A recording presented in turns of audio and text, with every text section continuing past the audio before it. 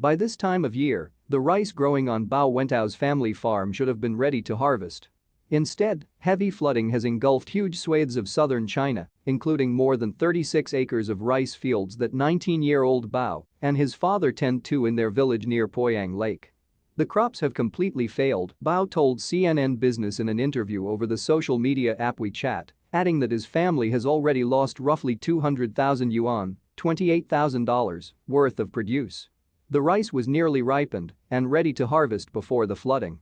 But now everything is gone. Surging floodwater burst the banks of Poyang Lake in Jiangxi province last month, destroying thousands of acres of farmland in what's known as the land of fish and rice. The broader Yangtze River Basin, which includes Poyang Lake and stretches more than 3,900 miles from Shanghai in the east to the Tibetan border in the west, accounts for 70% of the country's rice production. For farmers like Bao and his father, the damage has been devastating.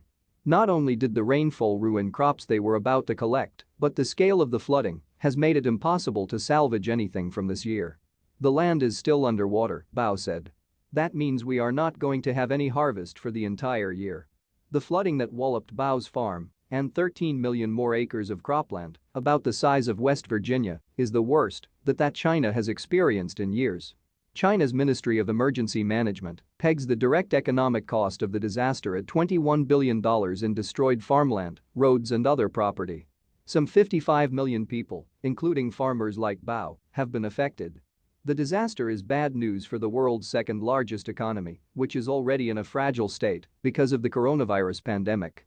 Beijing has so far been able to secure food supplies by importing vast amounts of produce from other countries and by releasing tens of millions of tons from strategic reserves. But analysts warn that such measures can only be useful for so long. Tense relationships between China and much of the Western world and the coronavirus pandemic may make importing a lot of food trickier in the future.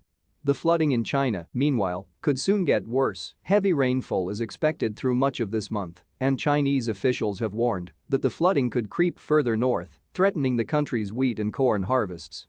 The flooding is already among the worst since 1998 and could worsen in coming weeks, analysts from Nomura said in a note late last month.